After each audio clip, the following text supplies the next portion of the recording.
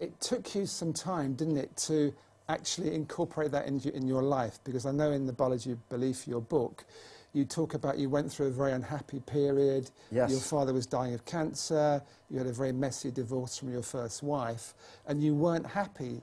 And you thought at that point that actually your genes did influence, and you had unhappy genes. And it took you some time to actually realize that in your life you could change things. Yeah, it was very interesting because, again, I was still coming from the programs of my own deep beliefs, which I got from childhood on, about genetic control. And yet, it was funny because I was at that point also going out and beginning to talk to people about this new science, about if you understand what I'm talking about, you can create this fabulous life.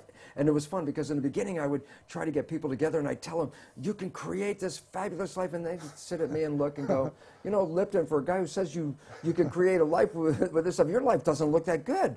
And essentially I almost said, unfortunately I didn't say the words, but I essentially said, well, do as I say, not as I do. And that was the opening point that said, oh my God, I can't just talk about the academics of the new science. To make it work, you actually have to apply the principles of the new science.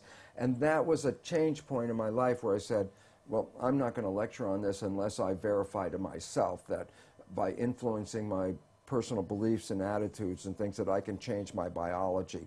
And it was wonderful because it only took just a short time to realize how I manifest profound changes in my life by taking in the understanding that how I see the world, my perceptions, control not just my internal biology and my genetics and behavior, but it controls how I create in the world around me. So I went from a world of almost self-destruction into this world of more mastery. And the most exciting thing is I found since that time that I absolutely live in heaven because I've created a life. Let's look at practically how you did that, just so people pick up a few clues. Okay. Well, the first thing is this.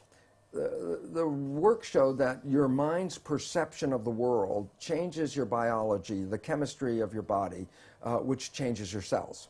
And I said, okay, so if you control how your mind operates, then you can control your chemistry. But then here's where the problem comes from. There's two parts to the mind.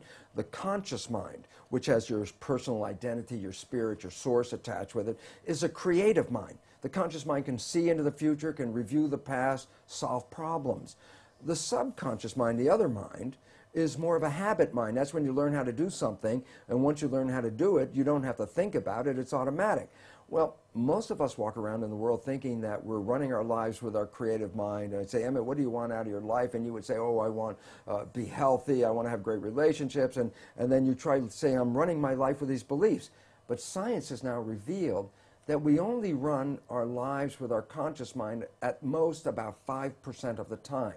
So we're running on these subconscious programs. 95% of the time. Okay. And then the issue is, well, where'd you get the fundamental programs that you operate from? And here's the thing I learned is that it's in the first 6 years of our lives that the brain is in a functional state, an EEG state, the electrical activity, that is not even in consciousness. A child doesn't even reach conscious brain function until about 6. So the first 6 years of your life, your brain function is lower frequency. It's called theta, which is like a hypnagogic trance, a hypnosis.